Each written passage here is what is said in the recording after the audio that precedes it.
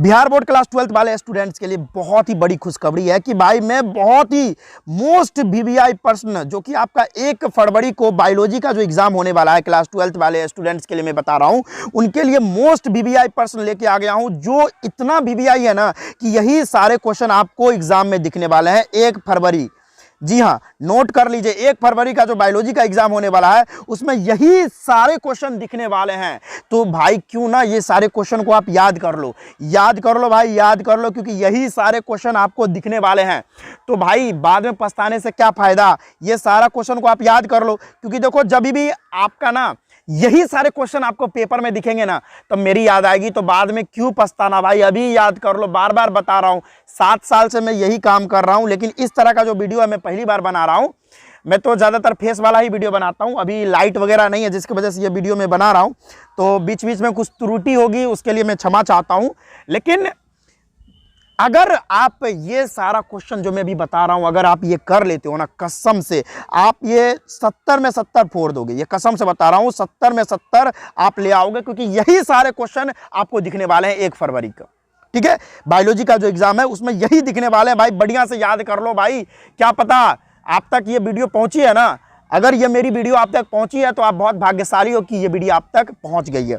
तो चलिए अब जो है ना बढ़िया से इसको पढ़ लेते हैं, समझ लेते हैं और बढ़िया से इसको याद भी कर लेते हैं, क्योंकि ये मौका दोबारा नहीं मिलेगा। अभी 2-3 दिन ही बचा हुआ है एग्जाम का, तो बढ़िया से इसको बढ़िया से पढ़ के बढ़िया से याद ही कर लेते हैं। 30 से 35 ऑब्जेक्टिव में बताऊंगा, जिसमें से भाई 20 ऑब्जेक्टिव हूबहू यही आने वाले हैं। तो आइए देखते हैं ये सारा क्या है। और देखिए भाई, इसमें जो है ना ये एक तरह से लाइव चलेगा ये वीडियो, और आपको कमेंट सेक्शन में आंसर देते हुए चलना है, जिससे आप लिखोगे ना कमेंट में इसका आंसर लिखोगे तो आपको प्रैक्टिस होगा। ठीक है, आपको याद रहेगा सारा बात, ठीक है, आप भूलोगे नहीं। तो आइए ना भाई स्टार्ट करते हैं, लेट्स बिगिन। पहला क्वेश्चन है, आप लोग कमेंट सेक्शन में आंसर देते हुए चलेंगे। और मैं फिर से बता दूं, इस तरह का वीडियो मैं पहली बार बना रहा हूं, तो कुछ त्रुटि होगा, उसके लिए क्षमा चाहते हैं बहुत बहुत। ठीक है, तो चलिए पहला क्वेश्चन हम पढ़ते हैं। देखिए जो भी क्वेश्चन होगा उसका आप आंसर देते हुए चलिएगा। पहले मैं कुछ समय दूंगा लगभग 2-3 सेकंड का, तो आपको आंसर भी देना है। ठीक है, आइए चलिए क्वेश्चन क्या है, क्वेश्चन पढ़ेंगे। पहले हिंदी इंग्लिश दोनों में पढ़ेंगे, क्योंकि दोनों मतलब हिंदी में भी स्टूडेंट एग्जाम दे रहे हैं और इंग्लिश में भी दे रहे हैं, इंग्लिश मीडियम के भी स्टूडेंट है, तो दोनों के लिए है, तो कोई भी एक्सक्यूज नहीं चलेगा भाई। आइए स्टार्ट करते हैं। पहला क्वेश्चन से, निम्नलिखित में से किन पौधों के पत्तियों से अपस्थानिक कलियां विकसित होती है। यानी अपस्थानिक कलियां कहने का मतलब पत्ती में ही जो है आपको पौधा दिखने लगेगा, कली दिखने लगेगा। इसको हम इंग्लिश में पढ़ें, in which of the following plants adventitious buds develop from leaves. Adventitious buds जो है आपको लिव्स से, पत्ती से देखने को मिल जाएगा। यानी ऐसा कौन सा पेड़ है, यानी ऐसा कौन सा पेड़ है, जी हाँ, जिसके पत्ती में ही आपको बर्ड दिखने लगेंगे। तो भाई आपको बताना है कि इसका सही जवाब क्या होगा। बताइए भाई इसका सही जवाब क्या होगा। ये देखिए ऑप्शन है, अदरक है, केला है, डलिया है या ब्रायोफाइलम है। तो भाई आप 10th से ही पढ़ते आ रहे हैं, इसका सही जवाब क्या होगा, ब्रायोफाइलम होगा, यानी ब्रायोफाइलम। ठीक है, तो आई होप ये क्वेश्चन आपको सही हुआ होगा। बहुत बहुत धन्यवाद अगर आपका ये क्वेश्चन सही हुआ। तो हम नेक्स्ट क्वेश्चन पर मूव कर रहे हैं। बहुत बहुत धन्यवाद, इसी तरह से आप पढ़ते रहिए, इसी तरह से नाम रोशन करते रहिए। ठीक है, चलिए कहते हैं कि हर रोज गिरकर मुकम्मल खड़े हैं, हर रोज गिरकर मुकम्मल खड़े हैं, ए जिंदगी गौर से देख मेरे हौसले तुझसे भी बड़े हैं।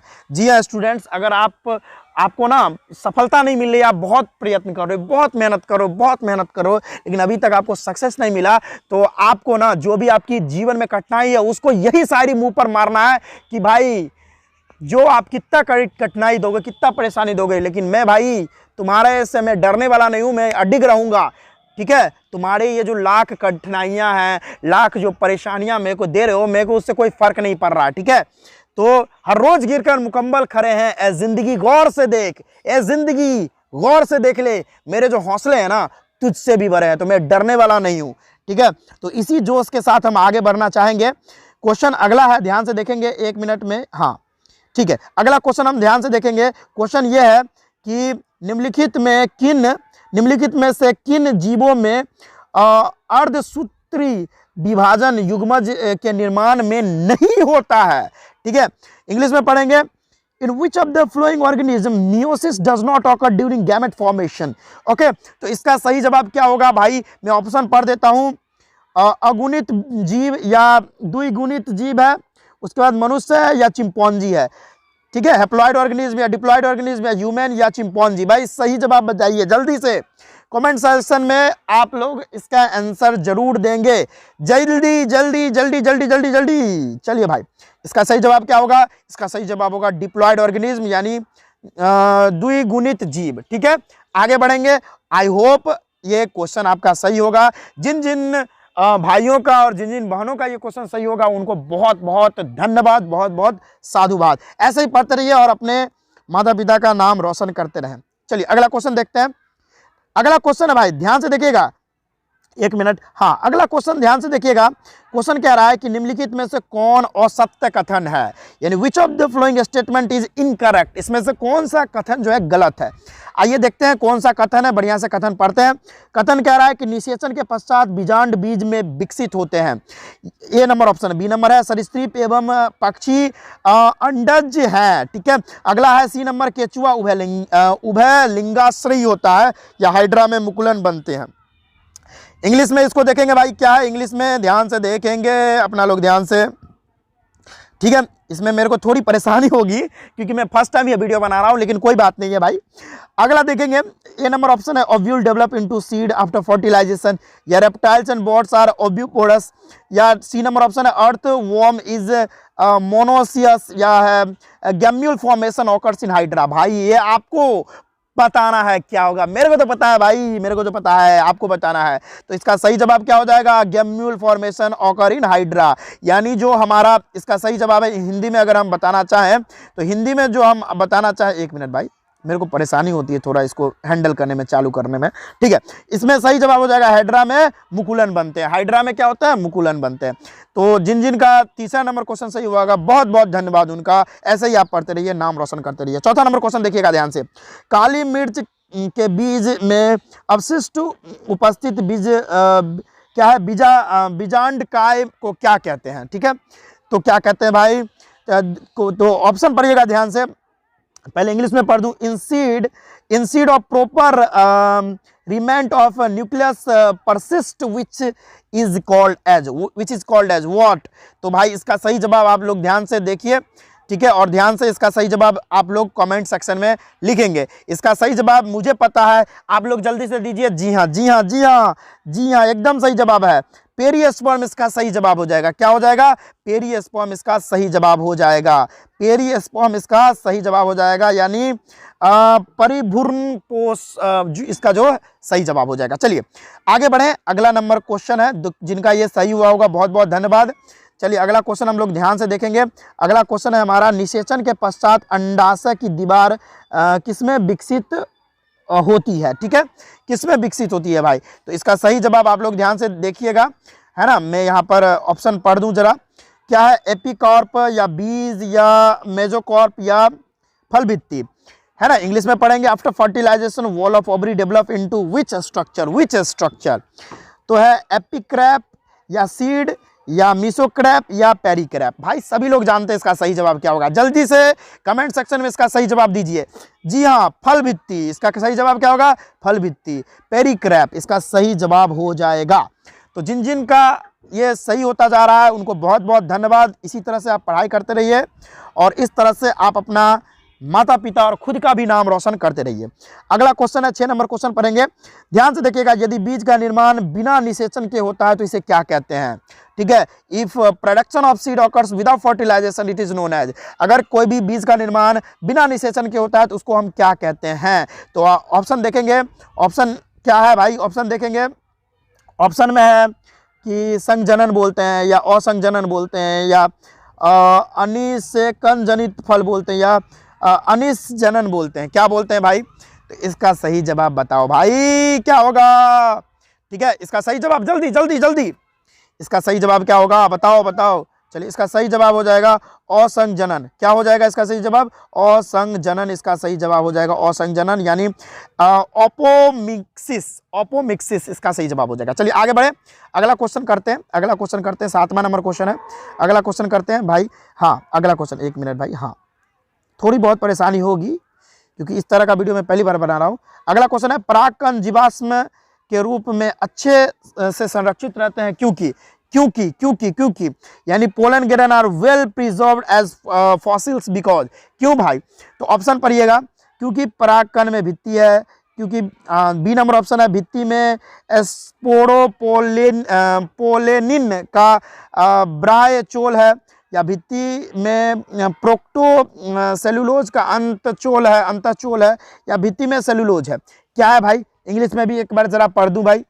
इंग्लिश के लिए मैं यहाँ पर पढ़ देता हूँ, ध्यान से देखते रहिएगा। पोलन ग्रेन हैज वॉल, या पोलन अगला है b number, wall has exine of sporopollenin, या अगला है wall has intine of pectocellulose, या डी नंबर ऑप्शन है वॉल हैज सेलुलोज। जल्दी बताइए भाई, जल्दी बताइए इसका सही जवाब क्या होगा। भाई ये तो सभी लोग जानते होंगे, इसका सही जवाब क्या हो जाएगा? इसका सही जवाब मैं यहाँ पर देना चाहूँगा कि भित्ति में स्पोरोपोलोनिन का बाह्य चोल होता है। ठीक है, यानी अगर हम इंग्लिश में बात करें तो इंग्लिश वाले स्टूडेंट के लिए हम बोलेंगे कि जो हमारा वॉल जो है वो एक्साइन ऑफ स्पोरोपोलोनिन है।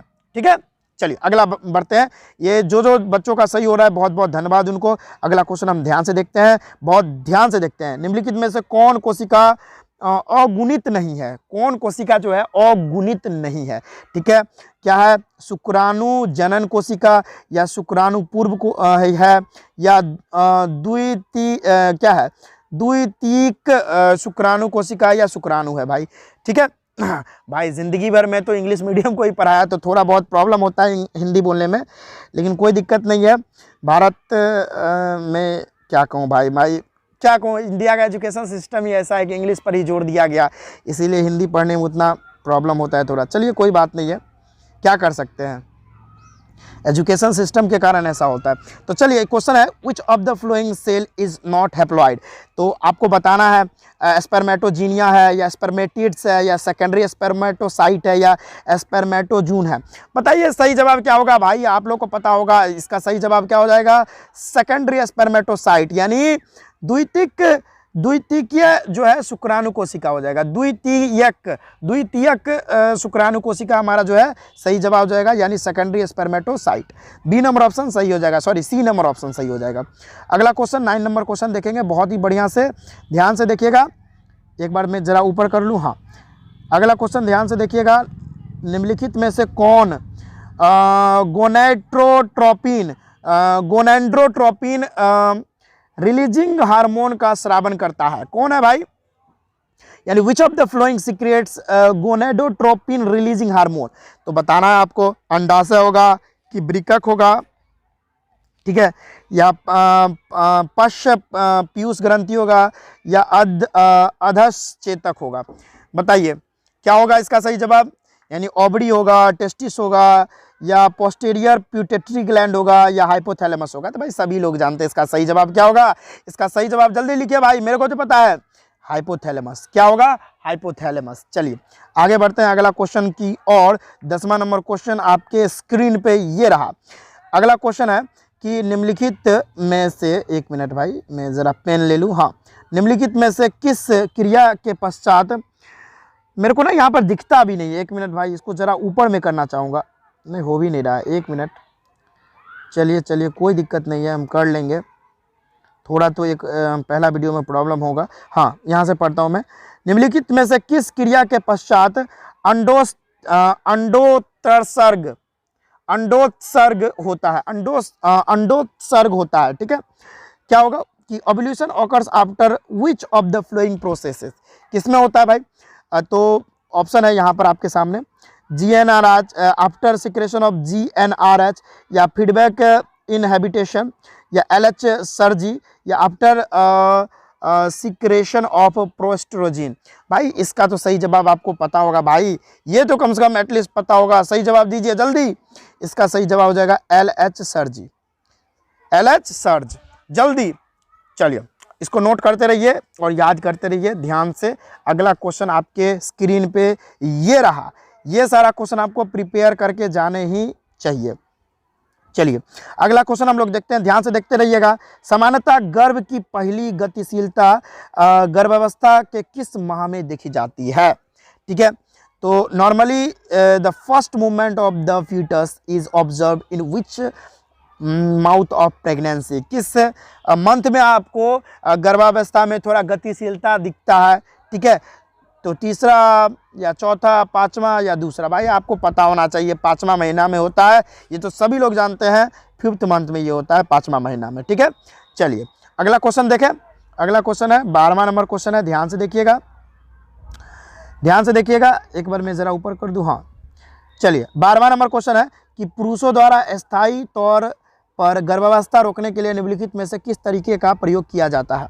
ठीक है, तो पुरुषों में जो है स्थायी रूप से यानी पूरा परमानेंट तरीके से अगर रोकना है गर्भावस्था को, तो क्या तरीका जो है पुरुष के लिए यूज में लाया जा रहा है?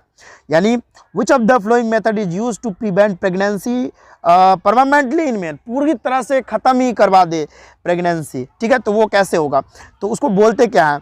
नसबंदी बोलते हैं, या ट्यूबेक्टोमी बोलते हैं, या बंध्याकरण बोलते हैं, या चिकित्सीय क्या है सगवर्ता समापन बोलते हैं। यानी वैसोक्टोमी, ट्यूबेक्टोमी, स्टरलाइजेशन, एक मिनट थोड़ा और नीचे है, medical termination of pregnancy.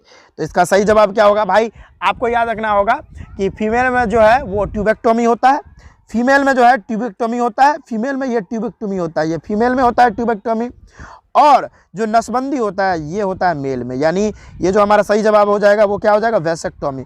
Vasectomy क्या क्या बोला भाई? क्या बोला? वैसेक्टोमी जो है ये हमारा नसबंदी जो है यानी वैसेक्टोमी ये मेल में करवाया जाता है, परमानेंटली तरह से अगर रोकना है तब। ठीक है, अगला 13वां नंबर क्वेश्चन है ना, 13वां नंबर क्वेश्चन है, क्या है? निम्नलिखित में से, एक मिनट पेन लेना है, निम्नलिखित में से कौन यौन संचारण रोग पूर्णतः उपचार योग्य है? मतलब पूरी तरह से किसका उपचार हम कर सकते हैं, किस रोग का? ठीक है, तो यहाँ पर दिया गया है इंग्लिश में, which of the following sexually transmitted disease is completely करेबल।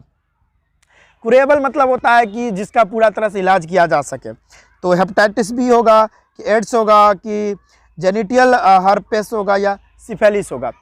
बताइए भाई इसका सही जवाब क्या है? इसका सही जवाब आप बताइए। अरे भाई इसका सही जवाब तो बच्चा बच्चा जानता होगा कि सिफेलिस जो है ना, सिफेलिस, इसका इलाज हम आराम से करवा सकते हैं। अगर मान के चले एड्स वगैरह हो गया तो एड्स आर का जो इलाज है वो तनी मुश्किल है, थोड़ा मुश्किल है, हेपेटाइटिस बी का भी मुश्किल है। ठीक है, चलिए अगला क्वेश्चन हम देखें। 14वां नंबर क्वेश्चन क्या कह रहा है?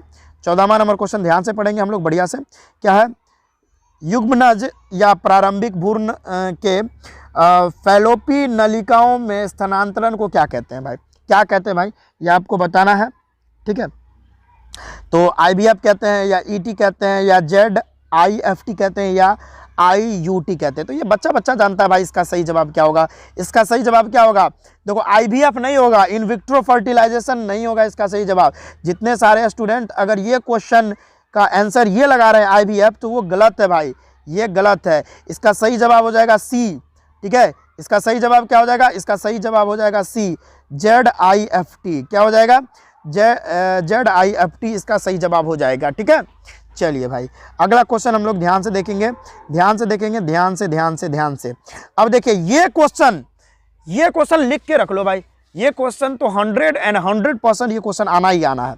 क्या है क्वेश्चन? ध्यान से देखेंगे कि मेंडल द्वारा संपादित एकल संकर क्रॉस का F2 जीनोटाइपिक अनुपात क्या है? जीनोटाइपिक अनुपात पूछ रहा है भाई, ये क्वेश्चन लिख लो, ये क्वेश्चन लिख लो भाई कि आना ही आना है, ये क्वेश्चन आएगा ही आएगा।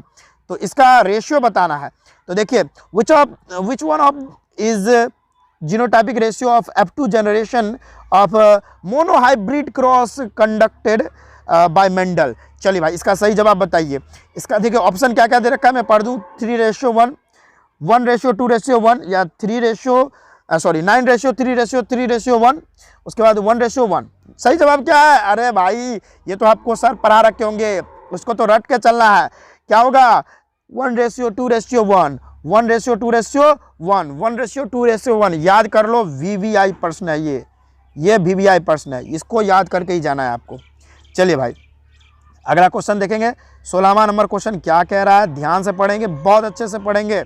क्या है? निम्नलिखित में से कौन कथन फिनाइल कीटोनूरिया, क्या है, कीटोनूरिया के बारे में असत्य है? फिनाइल कीटोनूरिया के लिए असत्य कौन है? तो चलिए ऑप्शन नंबर ए देखेंगे, जन्मजात उपापचय। क्या, एक मिनट भाई, क्या हो रहा है? एक मिनट भाई, एक मिनट, क्या प्रॉब्लम है भाई? चारों तरफ मेरे साइड में थोड़ा झगड़ा वगैरह हो रहा है। एक मिनट, क्या करूं भाई, गांव से वीडियो आती है तो हर एक चीज़ देखना पड़ता है। चलिए आगे बढ़ते हैं, हम लोग इस बात पर ध्यान नहीं देंगे। चलिए हम लोग ध्यान नहीं देंगे इस पर। चलिए आगे देखेंगे। हाँ, इसको इंग्लिश में पढ़ लेते हैं। विच of the following statement is incorrect about phenyl ketonuria? कौन है इसका सही जवाब? तो अगला हम लोग पढ़ेंगे, ये हो जाएगा इनबॉर्न एरर ऑफ मेटाबॉलिज्म, या ऑटोजोमल रिसेसिव ट्रेट, या high level of phenylalanine and phenylpyruvate, या अगला है D number option, phenylalanine and phenylpyruvate are not excreted by kidney. बताइए इसका सही जवाब क्या होगा? तो इसका भाई सही जवाब क्या होगा, जल्दी से आप कमेंट सेक्शन में दीजिएगा। इसका सही जवाब क्या हो जाएगा? इसका सही जवाब हो जाएगा फिनाइल एनिलीन एवं फिनाइल पायरुवेट की जो उच्च सांद्रता होती है, ये इसका सही जवाब हो जाएगा।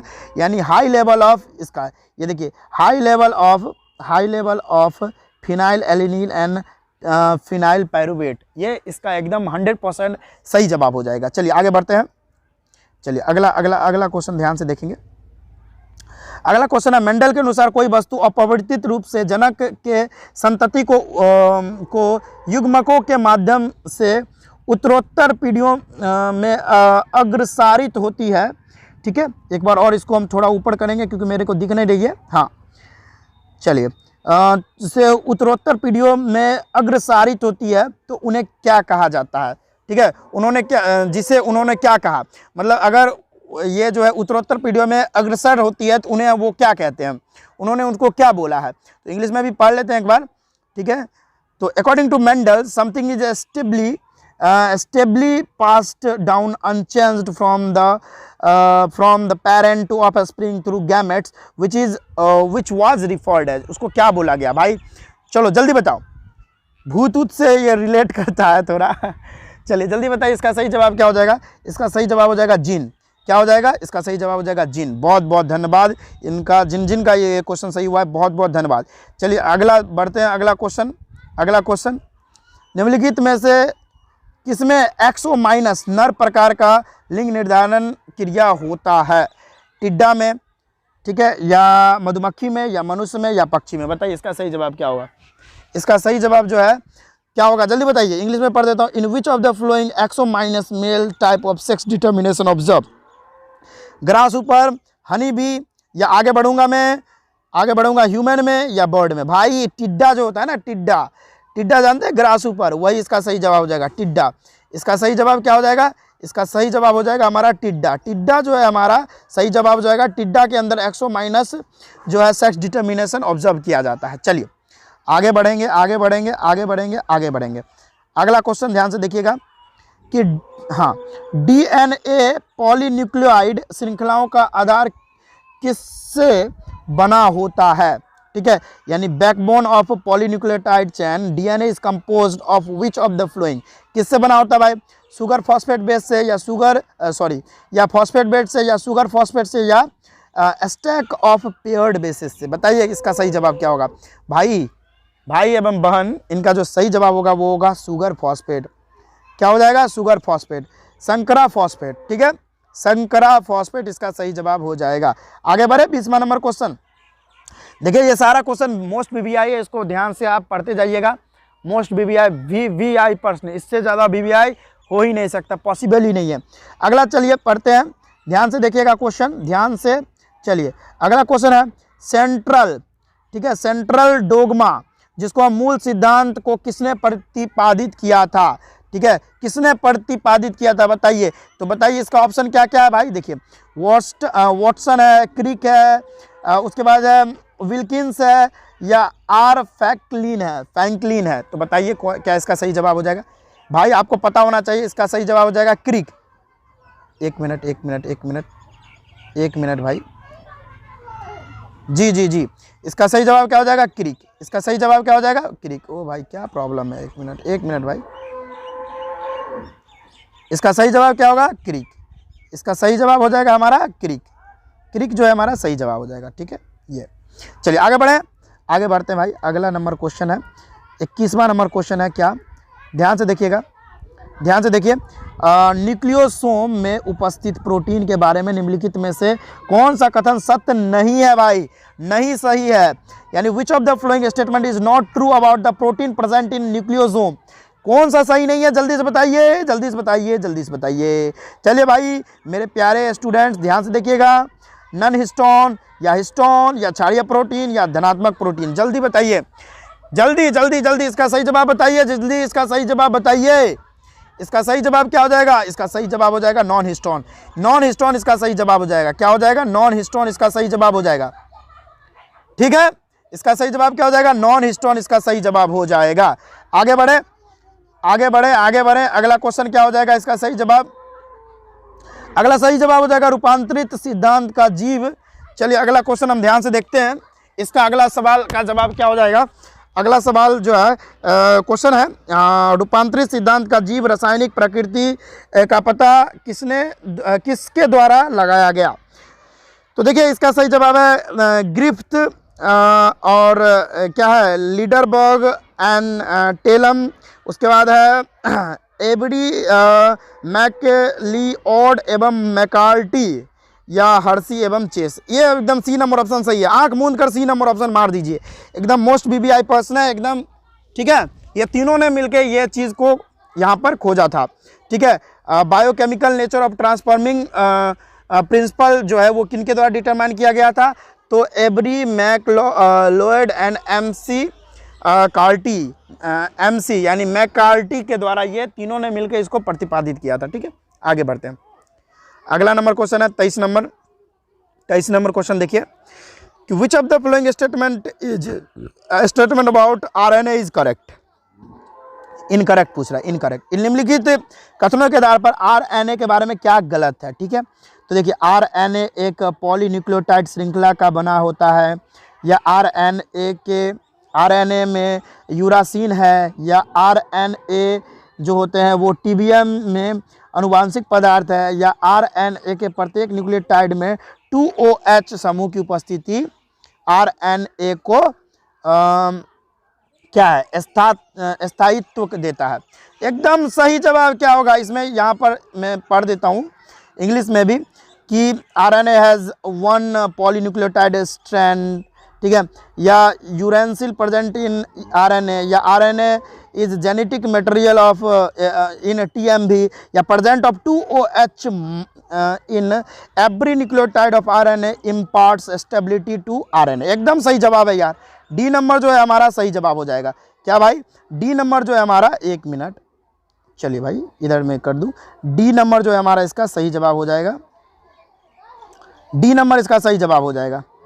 ये जो डी नंबर है ये सही जवाब हो जाएगा इसका। आगे बढ़े, चलिए आगे बढ़ते हैं। 24वां नंबर क्वेश्चन है। 24वां नंबर क्वेश्चन क्या कह रहा है भाई? ध्यान से देखिएंगे। ठीक है, ध्यान से देखेंगे कि डीएनए प्रकृति में एक लड़ी को असतत प्रकृति, एक मिनट दिखता नहीं है मेरे को, हाँ अब दिखेगी, प्रकृति होती है जिसके खंडों को कौन जोड़ता है? कौन जोड़ता है भाई?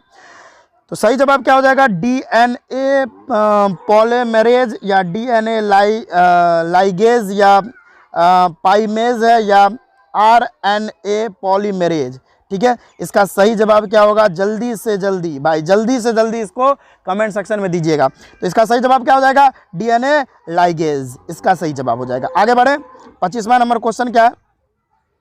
25वां नंबर क्वेश्चन है आरएनए पॉलीमरेज 3 किसके संश्लेषण के लिए उत्तरदायी नहीं है? ठीक है, उत्तरदायी किनके लिए नहीं है? तो एचआरएनए, या टीआरएनए, या 5SRRNA, या SNRNA। तो भाई इसका सही जवाब क्या होगा? ये तो सभी लोग जानते हैं, SNRNA इसका सही जवाब हो जाएगा। क्या हो जाएगा सही जवाब? SNRNA नहीं भाई, HNRNA इसका सही जवाब हो जाएगा। क्या? HNRNA इसका सही जवाब हो जाएगा। 26वां नंबर क्वेश्चन देखते हैं। चलिए, दमनकारी प्रोटीन लैक ऑपरेशन में कहाँ बंधता है? ठीक है, तो ऑप्शन इसका है प्रचालक स्थल या उन्नायक या संरचनात्मक जीन या नियामक जीन। ठीक है, इसको इंग्लिश में हम लोग पढ़ेंगे ध्यान से। तो क्या होगा कि इन लैक क्या है ऑपरेन वेयर डज क्या है भाई, where does repressor protein bind. ठीक है, इसका हो जाएगा सही जवाब क्या, ऑपरेटर। ठीक है, इसका सही जवाब क्या हो जाएगा, ऑपरेटर। ध्यान से इसको याद करते जाइए, ऑपरेटर इसका सही जवाब होगा। मेरे को भाई थोड़ा ना परेशानी होती है, इधर से ना बहुत सारा शोरगुल हो रहा है, जिसके वजह से मेरे को इस तरह का वीडियो बनाने में थोड़ा परेशानी, पहली बार बना रहा हूँ ना इस तरह का वीडियो, इसीलिए थोड़ी परेशानी हो रही है। अगला देखिए, समझाती संरचनाएं किस प्रकार की विकास दिखाती है, यानी homologous structure show what type of evolution, किस तरह का एवोल्यूशन ये दिखाती है भाई। ऑप्शन पढ़िएगा, अपसारी, अभिसारी, समानांतर या क्या है साल्टेटरी। ठीक है, साल्टेटरी क्या है इसका सही जवाब, इसका सही जवाब कमेंट में लिखिएगा जल्दी से। इसका सही जवाब क्या होगा, डाइवर्जेंट, यानी अपसारी दिखाती है, अपसारी। ठीक है, समझाती संरचनाएं किस प्रकार की विकास दिखाती है, अपसारी यानी डाइवर्जेंट। ठीक है, अगला क्वेश्चन 28वां नंबर क्वेश्चन देखिएगा क्या है, निम्नलिखित में से कौन, थोड़ा और मैं ऊपर करूंगा ताकि ये दिखे सही से। क्वेश्चन है, निम्नलिखित में से कौन समशिष्ट में अलील आवृत्तियों में परिवर्तन लाता है। ठीक है, क्या है उत्परिवर्तन या अगला फिर में ऊपर करना पड़ेगा, हाँ जीन प्रवाह है अगला है जीन प्रवाह, उसके बाद है अनुवांशिक विचलन या उपयुक्त सभी। जल्दी बताइए इसका, यानी इसको अगर हम इंग्लिश में पढ़ना चाहें तो है which of the flowing cause change in allele frequency in population. बताइए जल्दी, इसका सही जवाब बताइए, इसका सही जवाब जल्दी कमेंट सेक्शन में दीजिए। इसका सही जवाब हो जाएगा अनुवांशिक विचलन यानी जेनेटिक ड्रिफ्ट, इसका सही जवाब हो जाएगा। 29वां नंबर क्वेश्चन ध्यान से पढ़िएगा। क्वेश्चन क्या है, निम्नलिखित में से कौन प्रारंभिक प्रकूट है, निम्नलिखित में से कौन प्रारंभिक प्रकूट है, यानी which of the following is an initiation Condon. क्या है, इनिशिएशन कॉन्डन, कौन है भाई, तो AUG इसका सही जवाब हो जाएगा। क्या हो जाएगा, प्रारंभिक प्रकूट क्या है, AUG। ठीक है, अगला क्वेश्चन, अगला और लास्ट क्वेश्चन यहाँ पर ध्यान से देखिएगा, अगला और लास्ट क्वेश्चन, निम्नलिखित में से कौन बीमारी जीवाणु द्वारा होता है, जीवाणु द्वारा कौन होता है, यानी which of the flowing disease is caused by bacteria, bacteria के द्वारा कौन सा रोग होता है। टाइफाइड, मलेरिया, कोरोना, दाद, ये सब देख रहे हैं, ये तीनों में बैक्टीरिया का कोई हाथ नहीं है। ठीक है, हाथ क्या पैर भी नहीं है तो इसका सही जवाब क्या हो जाएगा, टाइफाइड। टाइफाइड जो है वो बैक्टीरिया के कारण होता है। ठीक है, समझ में आया, जीवाणु जो है, बैक्टीरिया को जीवाणु बोलते हैं, बैक्टीरिया के कारण टाइफाइड होता है। ठीक है, चलिए कोरोना के बारे में जानते हैं, कोरोना एक वायरस होता है। ठीक है, चलिए भाई, तो आई होप ये सारा क्वेश्चन मोस्ट VBI था, आपको पूरा बढ़िया से समझ में आया, आपने बढ़िया से इसका सभी प्रश्न का जवाब भी दिया।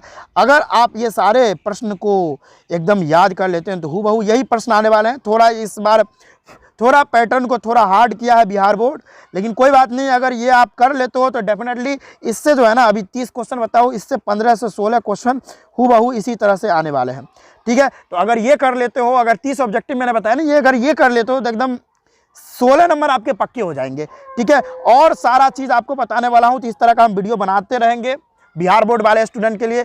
फेस वाला भी वीडियो बनेगा बिहार बोर्ड पर। अभी तो भाई कुछ लाइट वगैरह नहीं थी, तो ये इसलिए इस तरह का मैं वीडियो बनाया। खैर, मैं कोशिश करूँगा कि ऑब्जेक्टिव टाइप का वीडियो होगा वो इसी तरह से बनाऊँ। ठीक है, अभी अनुभव नहीं है इस तरह का वीडियो बनाने में, क्योंकि मैं ज़्यादातर फेस वाला वीडियो बनाता हूँ।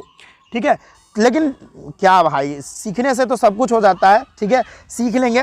तो आप लोग के लिए बोलेंगे कि अगर इस तरह से आप एकदम तैयारी करते हो तो बढ़िया पूरा में पूरा मार्क्स आप ला सकते हो। तो मेरे चैनल को अगर सब्सक्राइब नहीं किया तो सब्सक्राइब भी कर लीजिएगा, क्योंकि इस तरह का वीडियो हम डेली लाते रहते हैं। तो चलिए मिलते हैं अगले वीडियो में। अगला वीडियो में हम फिजिक्स का न्यूमेरिकल और फिजिक्स का ऑब्जेक्टिव क्वेश्चन भी लाएंगे, जो मोस्ट VBI है। ऑब्जेक्टिव जो है मोस्ट VBI ऑब्जेक्टिव बताएंगे, जो आपको यहाँ पर मिलेगा। कहाँ पे, यहाँ पर जो फिजिक्स का एग्जाम होने वाला है आपका 3 फरवरी को, उसमें सारा ऑब्जेक्टिव क्वेश्चन मिलेगा। तो चलिए हम मिलते हैं अगले वीडियो में। तब अगर चैनल को सब्सक्राइब नहीं किया तो चैनल को सब्सक्राइब कर लीजिएगा। चलिए अगले वीडियो में मिलते हैं। जय हिंद।